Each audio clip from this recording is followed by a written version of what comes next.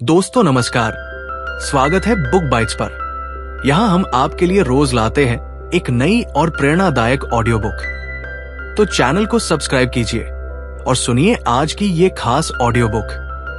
क्या आपने कभी सोचा है कि इस धरती पर मौजूद करोड़ों जीव जंतु, पेड़ पौधे और हम इंसान आखिर आए कहां से? क्या हम हमेशा से ऐसे ही थे जैसे आज दिखते हैं, या हमारी असली कहानी कुछ और ही है? ये ऐसे सवाल हैं जो सदियों से इंसान को बेचैन करते आए हैं।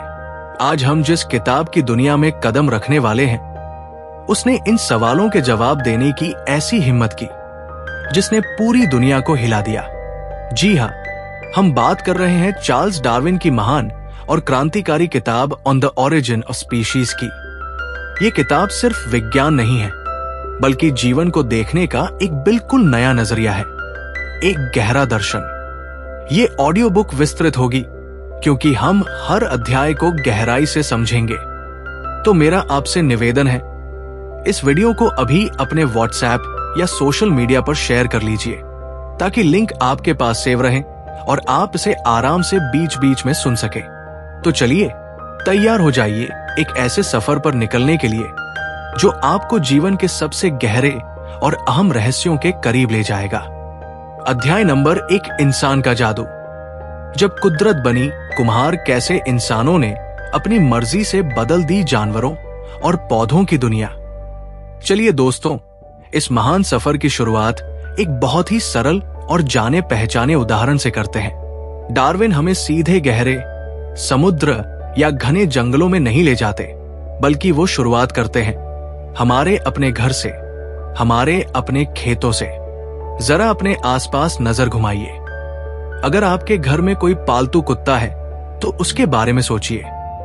हो सकता है वो एक छोटा सा पोमरनियन हो, या एक विशाल जर्मन शेफर्ड, या फिर एक तेज तर्रार देसी कुत्ता। ये सभी कुत्ते कितने अलग दिखते हैं, है ना? उनका आकार, उनके बाल, उनका स्वभाव, सब कुछ कितना जुदा है। लेकिन क्या आप जानते हैं कि ये सभी कुत्ते, चाहे वो दुनिया के किसी भी कोने में हो, किसी भी नस्ल के हो, वो सब एक ही जंगली पूर्वज यानी एक तरह के वन कुत्ते की संतानें हैं। अब सवाल ये उठता है कि एक जंगली जीव से इतने अलग अलग तरह के कुत्ते कैसे बन गए? इसका जवाब छिपा है इस अध्याय के शीर्षक में, इंसान का जादू। डार्विन ने इस प्रक्रिया को आर्टिफिशियल सिलेक्शन या कृत्रिम चयन का नाम दिया। ये वो प्रक्रिया है जिसमें इंसान अपनी जरूरत और पसंद के हिसाब से जानवरों और पौधों की नस्लों में बदलाव लाता है। सोचिए, हजारों साल पहले जब इंसान ने पहली बार जंगली कुत्तों को पालना शुरू किया होगा, उन जीवों के झुंड में कुछ ऐसे रहे होंगे जो कुछ कम आक्रामक थे, जो इंसानों से कम डरते थे। इंसानों ने शायद उन्हीं को अपने पास रहने दिया, उन्हें खाना दिया। जो ज्यादा जंगली और खतरनाक थे, उन्हें दूर कर दिया गया। अब जो कम आक्रामक जीव साथ रहे, उनके जो बच्चे हुए, उनमें से भी ज्यादातर अपने माता पिता की तरह ही शांत स्वभाव के थे। इंसानों ने फिर उनमें से भी सबसे शांत और सबसे वफादार बच्चों को चुना और उन्हें पाला। ये प्रक्रिया एक वंश से दूसरे वंश में चलती रही।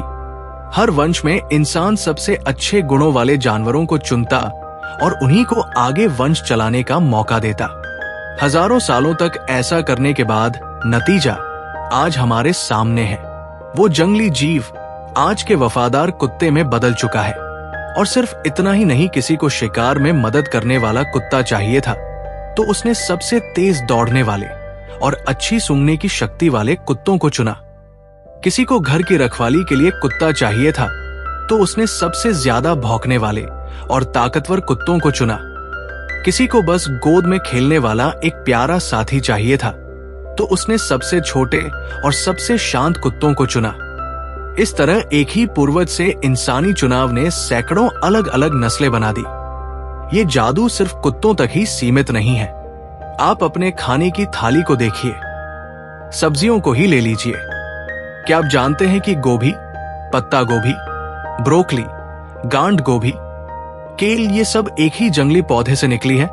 जी हाँ, एक जंगली सरसों जैसे पौधे को इंसानों ने अलग अलग गुणों के लिए चुना। किसी ने उसके पत्तों को विशाल करने के लिए चुना तो पत्ता गोभी बन गई। किसी ने उसके फूल को विशाल करने के लिए चुना तो फूल गोभी और ब्रोकली बन गई।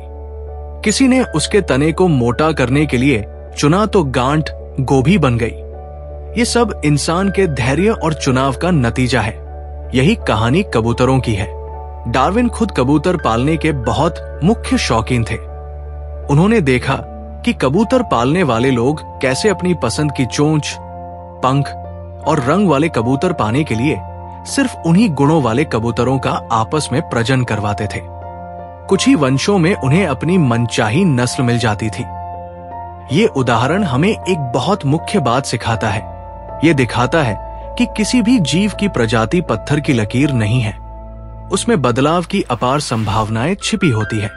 हर जीव में छोटे छोटे अंतर होते हैं जिन्हें वेरिएशन या विभिन्नता कहते हैं। और जब कोई बाहरी ताकत जैसे कि इंसान इन विभिन्नताओं में से अपनी पसंद की विभिन्नताओं को लगातार चुनता रहता है तो समय के साथ उस प्रजाति का रूप ही बदल जाता है।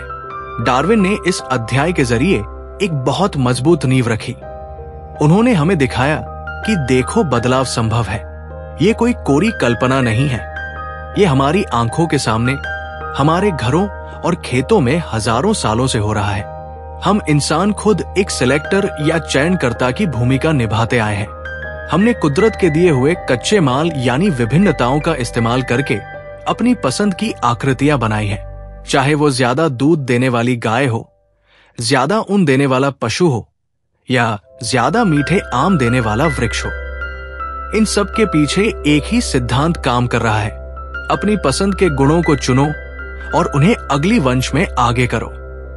ये प्रक्रिया बहुत धीमी हो सकती है, इतनी धीमी कि एक वंश में इसका असर नजर भी ना आए।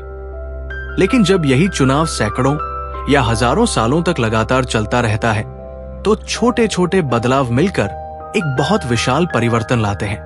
एक जंगली जीव कुत्ते में बदल जाता है।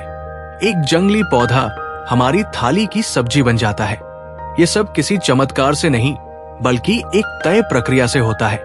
ये हमें सिखाता है कि कुदरत लचीली है, उसे मोड़ा जा सकता है, उसे बदला जा सकता है। अब यहीं पर डार्विन एक बहुत अहम और गहरा सवाल रख जाते हैं। ये तो हुई इंसान की बात। हम अपनी बुद्धि, अपनी समझ और अपनी जरूरतों के हिसाब से चुनाव करते हैं। लेकिन सोचिए उन घने जंगलों के बारे में, गहरे महासागरों के बारे में, ऊंचे पर्वतों के बारे में, जहां इंसान का कोई दखल नहीं है।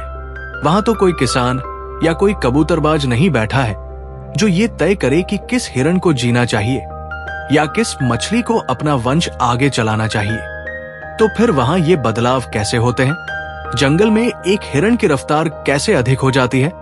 एक मछली का रंग अपने आसपास के पत्थरों जैसा कैसे हो जाता है ताकि वो शिकारियों से बच सके? वहां कौन है वो अदृश्य शक्ति, वो चयनकर्ता जो ये सारे फैसले ले रहा है? अगर इंसान के चुनाव से इतनी विविधता पैदा हो सकती है तो उस ताकत के चुनाव से कितनी विविधता पैदा हुई होगी जो लाखों करोड़ों सालों से काम कर रही है। यही वो सवाल है जो हमें अगले अध्याय की ओर ले जाता है। अगर इंसानी चुनाव कृत्रिम चयन है तो कुदरत के चुनाव को क्या कहेंगे और वो चुनाव करती कैसे है? इस रहस्य से पर्दा उठाने के लिए हमें कुदरत के उस विशाल कैनवास को देखना होगा जिस पर अनगिनत रंग बिखरे हुए हैं। और इसी कैनवास की कहानी हम सुनेंगे अगले अध्याय में। अध्याय नंबर 2, कुदरत का कैनवास, अनगिनत रंगों की कहानी। क्यों कोई भी दो जीव एक जैसे नहीं होते? पिछले अध्याय में हमने देखा कि कैसे इंसान एक चयनकर्ता की भूमिका निभाकर जानवरों और पौधों की नस्लों को बदल देता है। इसका आधार था विभिन्नता, यानी एक ही प्रजाति के जीवों में पाए जाने वाले छोटे छोटे अंतर। इंसान इन्हीं अंतरों में से अपने काम के अंतर को चुन लेता है। लेकिन अब हमें उस दुनिया में कदम रखना है जहां इंसान का कोई राज नहीं चलता, यानी कुदरत की दुनिया। डार्विन हमें बताते हैं कि अगर हमें कुदरत के चयन के तरीके को समझना है तो सबसे पहले हमें ये मानना होगा कि कुदरत में भी विभिन्नता मौजूद है और ये इंसानी दखल के बिना अपने आप पैदा होती है। आप किसी जंगल में जाइए और एक ही वृक्ष की 2 पत्तियां उठाकर देखिए। क्या वो हुबहू एक जैसी होंगी? नहीं, उनमें आकार, रंग या नसों के पैटर्न में हल्का सा फर्क जरूर होगा। एक ही मां के दो बच्चे भी कभी 100% एक जैसे नहीं होते। एक साथ जन्मे बच्चों में भी सूक्ष्म अंतर मिल ही जाते हैं। यही कुदरत का नियम है। कोई भी दो जीव कार्बन कॉपी नहीं होते। डार्विन ने इस बात पर बहुत जोर दिया। उन्होंने सालों तक दुनिया भर से जानवरों और पौधों के नमूने इकट्ठे किए और उनका अध्ययन किया। उन्होंने पाया कि विभिन्नता कोई अपवाद नहीं बल्कि जीवन का नियम है। अब सवाल ये उठता है कि ये विभिन्नता आती कहां से है?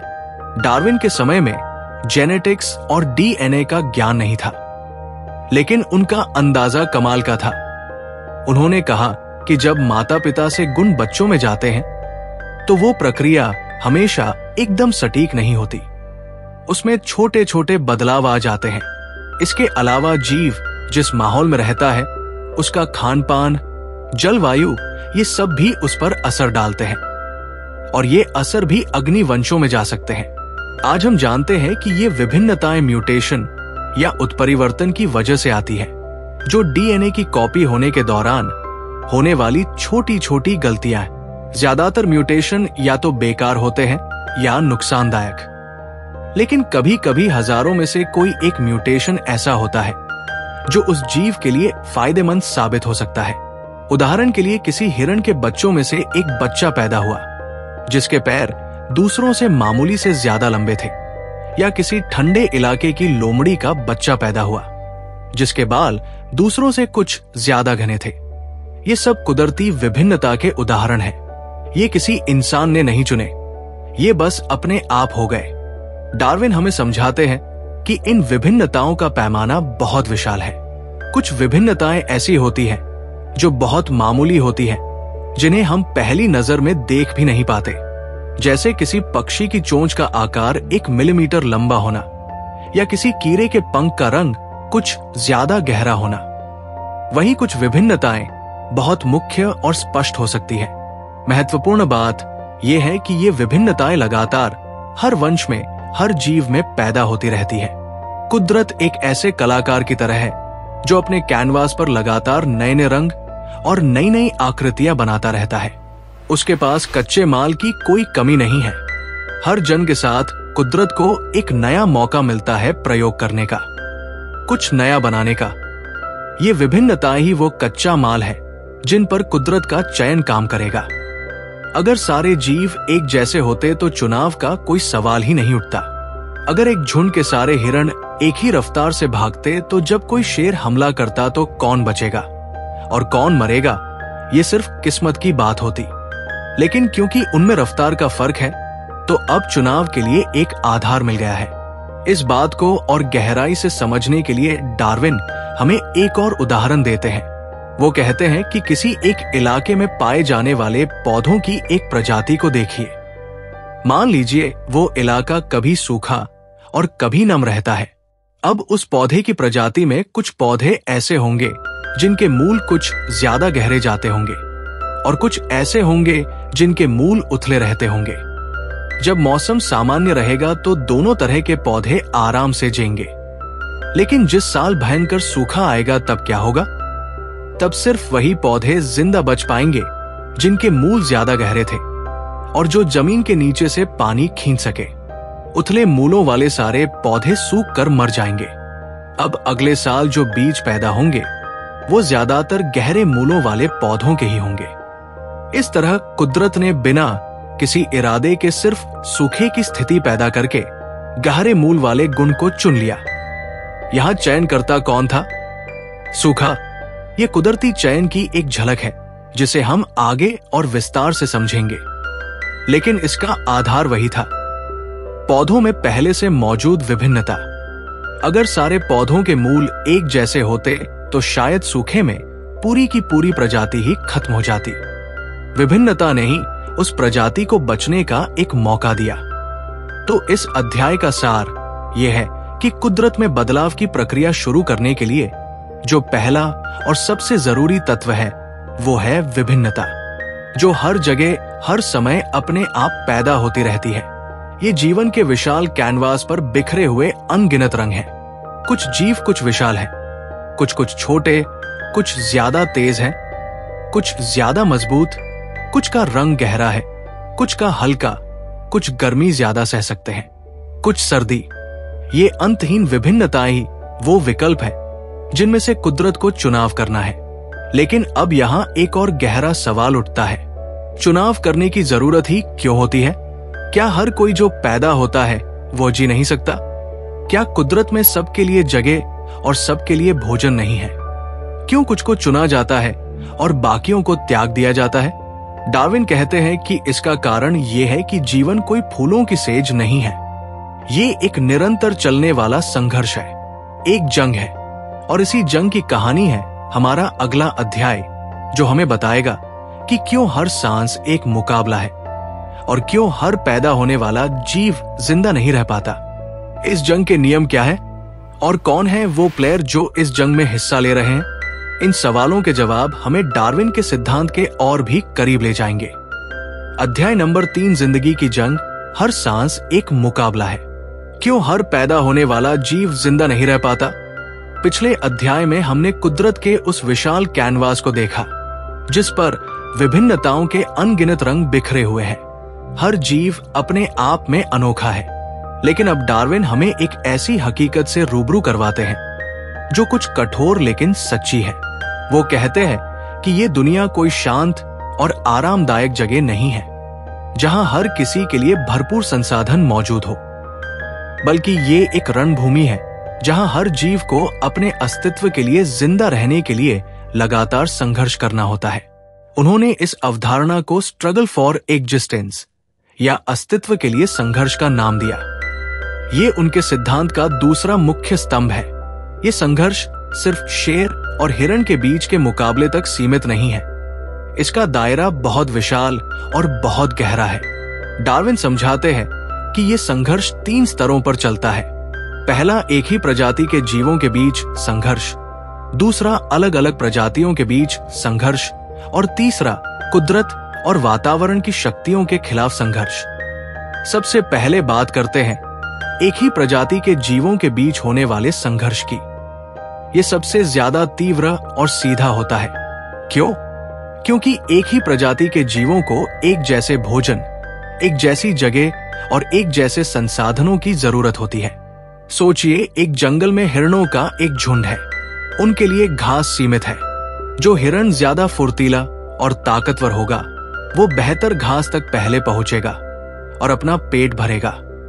जो कमजोर होगा उसे शायद बची खुची सूखी घास से काम चलाना होगा या भूखा रहना होगा। प्रजनन के मौसम में नर हिरणों के बीच मादाओं को पाने के लिए मुकाबला होता है। जो नर ज्यादा मजबूत और स्वस्थ होता है वही जीतता है और अपना वंश आगे चला पाता है। कमजोर नर को ये मौका नहीं मिलता। ये एक सीधी और स्पष्ट प्रतियोगिता है। इसी तरह एक ही वृक्ष पर उगे हुए 2 छोटे पौधे, दोनों को धूप, पानी और मिट्टी से पोषण चाहिए। जो पौधा कुछ जल्दी आगे जाएगा वो ज्यादा धूप रोक लेगा और दूसरे को आगे जाने नहीं देगा। आखिरकार कमजोर पौधा मर जाएगा। यहां कोई किसी का दुश्मन नहीं है, लेकिन क्योंकि संसाधन सीमित है इसलिए एक का जीना दूसरे की मौत का कारण बन सकता है। दूसरा स्तर है अलग अलग प्रजातियों के बीच का संघर्ष। इसका सबसे क्लासिक उदाहरण है शिकारी और शिकार का रिश्ता। शेर हिरण का शिकार करता है, हिरण घास खाता है। ये एक जीवन श्रृंखला है। हिरण को शेर से बचने के लिए तेज भागना होता है और शेर को हिरण को थामने के लिए उससे भी तेज भागना होता है।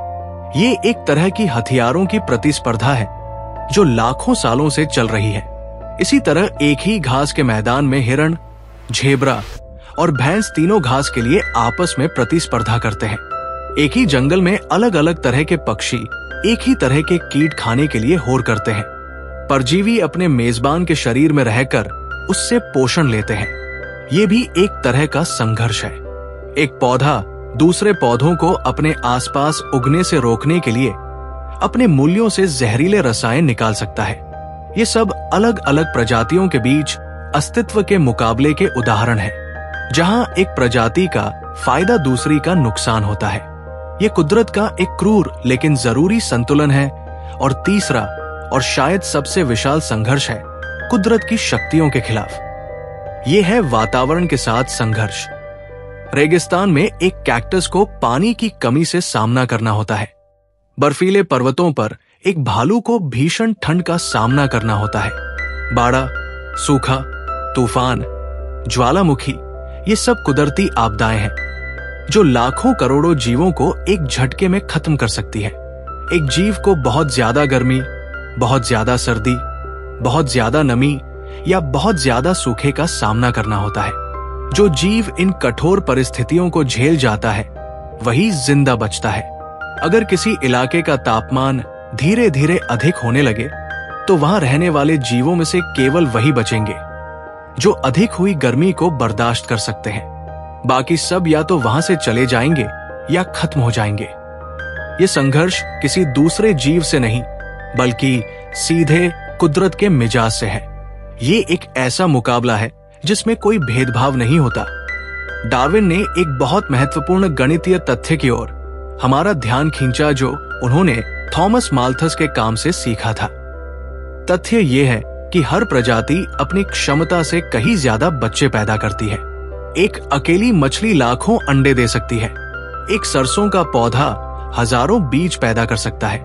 अगर एक हाथी, जो सबसे धीरे प्रजनन करने वाले जानवरों में से है, कि सभी बच्चे जिंदा रहे और आगे बच्चे पैदा करें तो कुछ 100 सालों में पूरी धरती हाथियों से भर जाएगी। लेकिन ऐसा होता नहीं है। क्यों?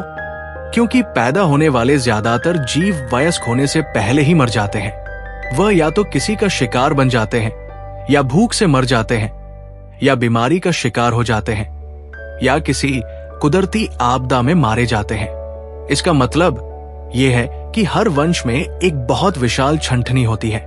पैदा होने वालों की संख्या बहुत ज्यादा है, लेकिन जिंदा रहने वालों की संख्या बहुत कम। ये अस्तित्व के लिए संघर्ष का सबसे मुख्य सबूत है। तो अब तस्वीर कुछ साफ होने लगी है। एक तरफ है विभिन्नता, हर जीव में छोटे छोटे अंतर, दूसरी तरफ है अस्तित्व के लिए संघर्ष। एक ऐसी कठोर सच्चाई जिसमें हर किसी को जिंदा रहने का मौका नहीं मिलता। अब डार्विन इन दोनों को एक साथ मिलाकर अपने सिद्धांत का सबसे विशाल और सबसे क्रांतिकारी विचार हमारे सामने रखते हैं। अगर हर कोई जिंदा नहीं रह सकता और अगर सारे जीव एक दूसरे से कुछ अलग हैं, तो फिर एक बहुत जरूरी सवाल उठता है। इस संघर्ष में कौन बचेगा और कौन खत्म हो जाएगा? क्या ये सिर्फ किस्मत का खेल है या इसके पीछे कोई नियम काम कर रहा है?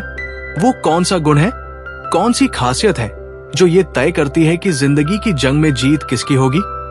इसी सवाल का जवाब है कुदरती चयन या नेचुरल सिलेक्शन, जो हमें अगले अध्याय में पता चलेगा।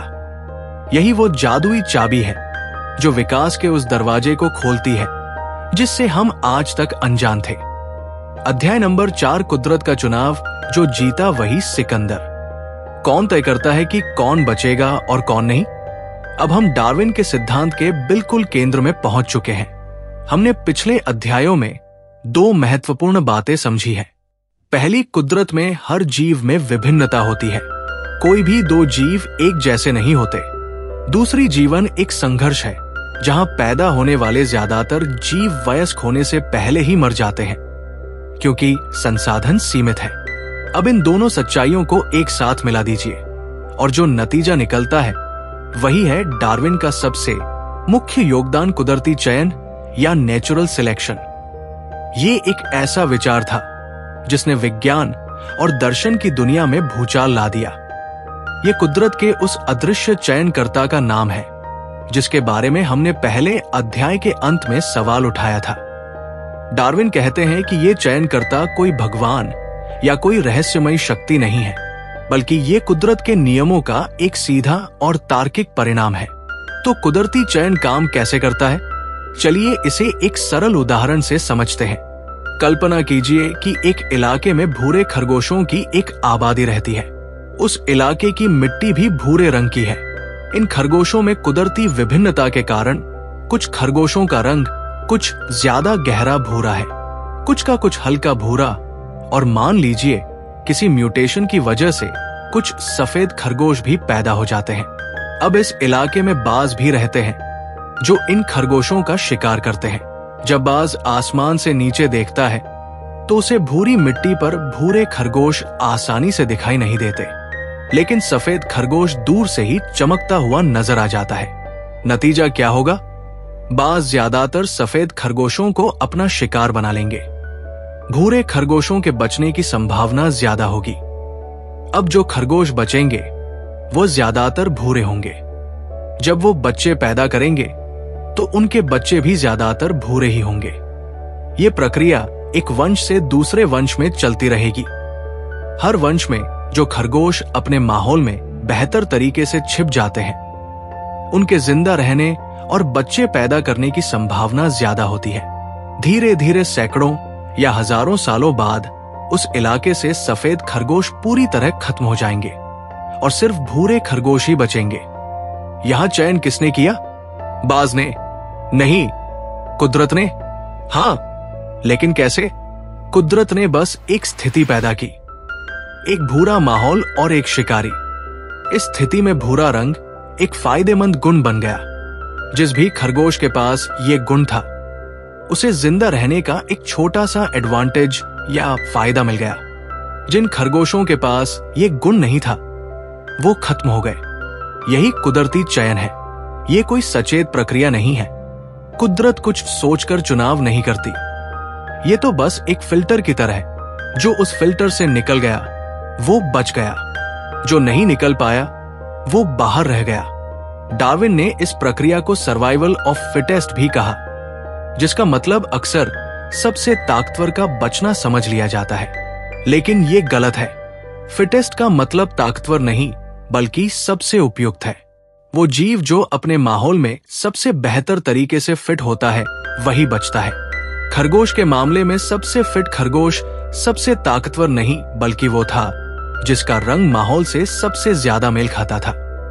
अगर माहौल बर्फीला होता तो सफेद खरगोश सबसे फिट होता और भूरे खरगोश मारे जाते। चलिए एक और क्लासिक उदाहरण लेते हैं, जिराफ की गर्दन का। डार्विन का तर्क था कि जिराफ के पूर्वजों में कुछ की गर्दन कुछ लंबी होती थी और कुछ की कुछ छोटी, जब जमीन पर घास फूस की कमी हो जाती थी, यानी सूखे के समय में, तब सिर्फ वही जानवर खाना खा पाते थे जो ऊंची डालियों तक पहुंच सकते थे। जाहिर है, जिन जानवरों की गर्दन जरा सी भी लंबी होती थी, उन्हें दूसरों के मुकाबले कुछ ज्यादा खाना मिल जाता था। वो ज्यादा स्वस्थ रहते थे और उनके जिंदा बचकर बच्चे पैदा करने की संभावना भी अधिक हो जाती थी। उनके बच्चे भी विरासत में लंबी गर्दन पाते थे। ये प्रक्रिया लाखों सालों तक चलती रही। हर वंश में जरा सी लंबी गर्दन एक फायदेमंद गुण साबित होती रही और कुदरत इस गुण को चुनती रही। नतीजा ये हुआ कि आज हम इतने लंबे गर्दन वाले जिराफ देखते हैं। ये सब एक रात में नहीं हुआ। ये लाखों सालों तक चले छोटे छोटे फायदों का नतीजा है।